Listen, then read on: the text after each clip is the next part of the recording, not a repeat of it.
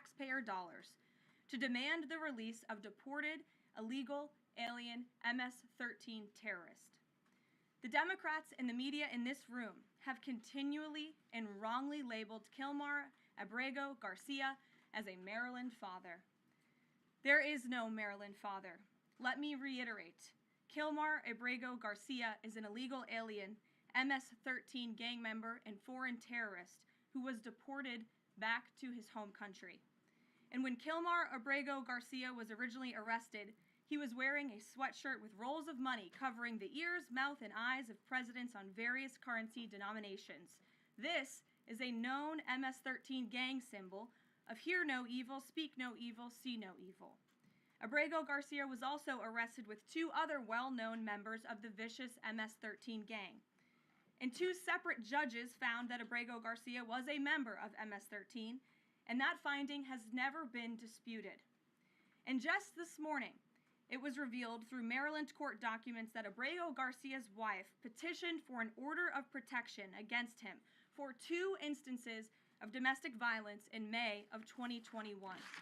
And here is the order right here. The court ordered that the respondent committed the following acts of abuse. Once in May of 2021, assault in any degree. And on May 4th of 2021, he punched and scratched his wife, ripped off her shirt, and grabbed and bruised her. This is from a court in Maryland.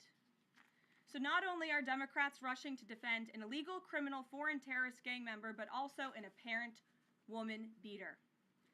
To set all of that aside, the basic fact that he was illegally inside our country and had a lawful deportation order made him subject to removal back to his home country of El Salvador. And if he ever ends up back in the United States, he would immediately be deported again. Nothing will change the fact that Abrego Garcia will never be a Maryland father. He will never live in the United States of America again. And the United States Supreme Court ruled unanimously that the President of the United States and the Secretary of State could not be compelled to forcibly retrieve this citizen of El Salvador who is currently locked up in a maximum security prison in his home country due to his MS-13 membership. To remind the media and the Democrat Party, MS-13 are among the most vicious and dangerous individuals in this world. They pose a direct threat to the United States, El Salvador, and any other country who maintains basic law and order. MS-13 rapes innocent girls and women, runs sex trafficking operations, murders for sport, and terrorizes law-abiding people. That's why El Salvador President Bukele made it clear this week that he will not be releasing this MS-13 gang member from his prison. But that is not enough. All of that is not enough to stop the Democrat Party from their lies.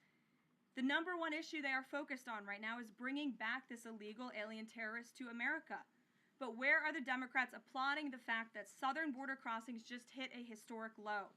Where are the Democrats supporting our brave men and women of law enforcement who are putting their lives on the line every single day? Como fazer uma retransmissão, como você transmitir algo que está rolando.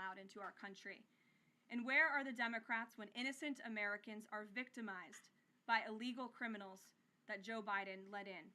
It's appalling and sad that Senator Van Hollen and the Democrats applauding his trip to El Salvador today are incapable of having any shred of common sense or empathy for their own constituents and our citizens. Nobody knows this more than the woman standing to my right, Patty Morin, whose beautiful daughter Rachel was brutally maimed and murdered at the hands of an illegal alien in August of 2023. Patty no longer has her daughter because of the failed Democrat Party's open border, and these are policies that President Trump is bringing an end to. Patty should not have to be here today, but she is, and we are grateful and we are honored for her willingness and her request to share her powerful story with the world. Thank you, Patty, for being here. Thank you. Patty should not have to be here today, but she is. And we are grateful don't know the whole and we are story honored about for her willingness and her about the request crime to share that was her committed powerful against story her. with the world. Even Thank you, Patty. us, her family, we didn't know all the details.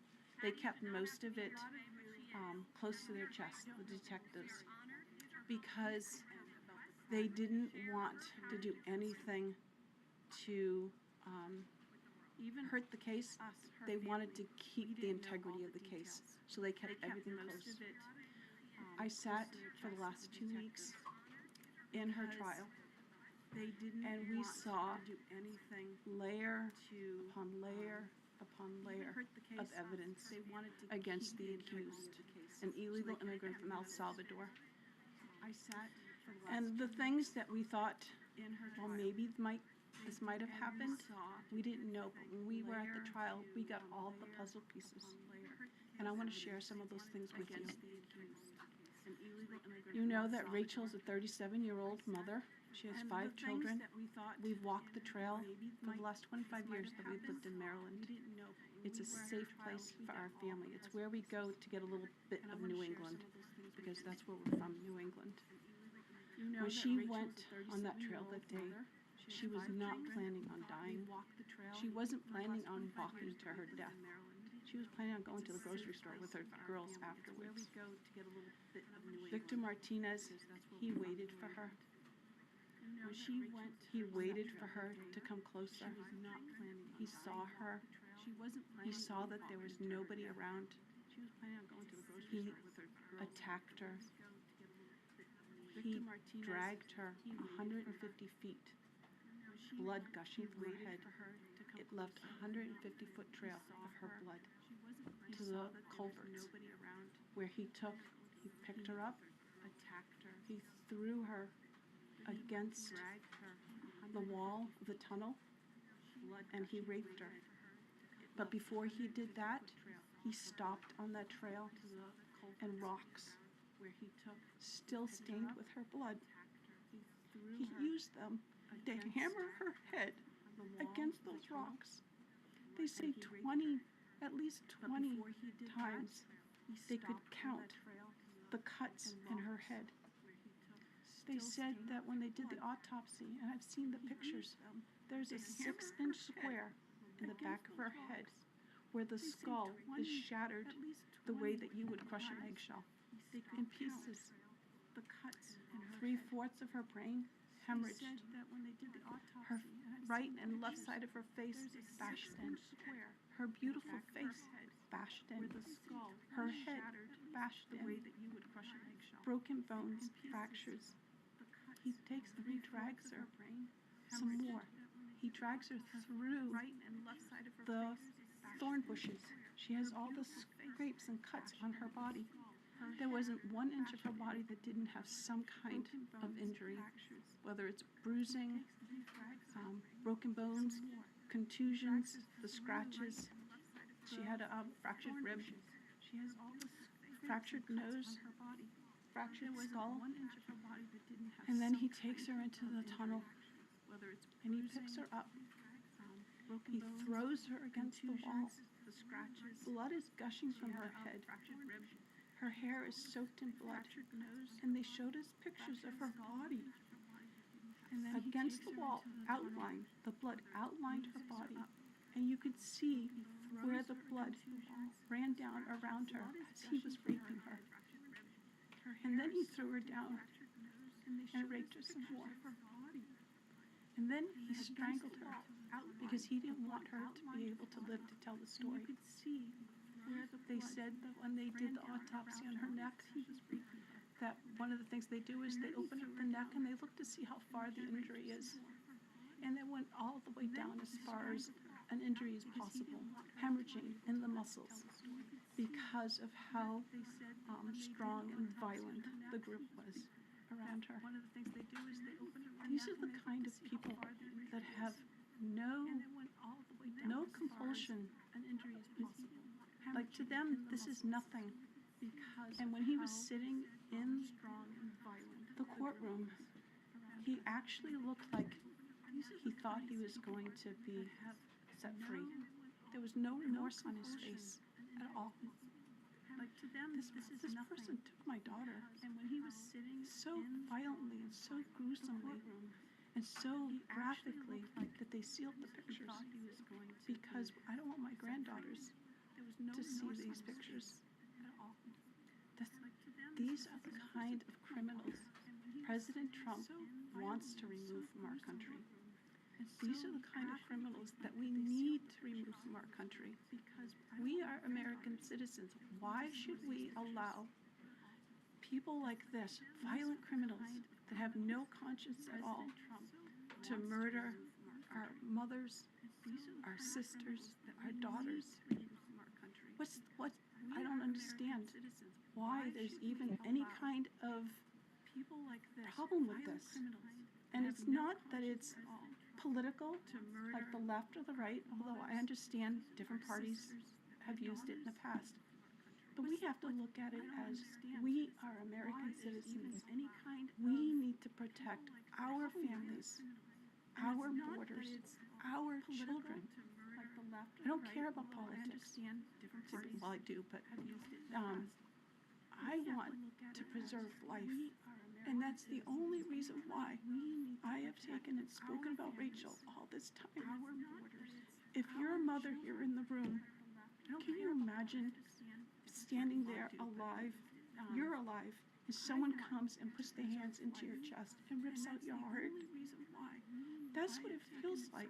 It feels like a part of you is being ripped out of you. You can't even describe the pain. Just like you can't describe to your husband what it feels like to carry a baby in your womb, or to feel those first kicks, or to know just intuitively if it's a boy or a girl. It's only a thing that a mother knows. Why are we not protecting the American citizen? It's just common sense. Why are we not protecting our children? And to have a senator from Maryland who didn't even acknowledge or barely acknowledge my daughter and the brutal death that she endured, leaving her 5 children without a mother and now a grandbaby without a grandmother, so that he can use my taxpayer money to fly to El Salvador to bring back someone that's not even an American citizen. Why does that person have more right than I do, or my daughter, or my grandchildren? I don't understand this. Thank you. Why does that person have more right than I do? I just want to say that as a mother and as an American citizen, the president and our entire team, and I hope people in this room are grateful for your willingness to come here and your request to share your daughter's story. And I think the country hears you loud and clear. As a mother. Thank you. Does anyone have any questions for Patty or for me? And I hope people in this room are grateful. No? No. Anybody? We'll see you all later. The president will be at his dinner later. Thank you. Thank you. Please. Or for me. And I hope people in this room are grateful. No? No. Anybody? We'll see you all later. The president will be at his dinner later. Thank you.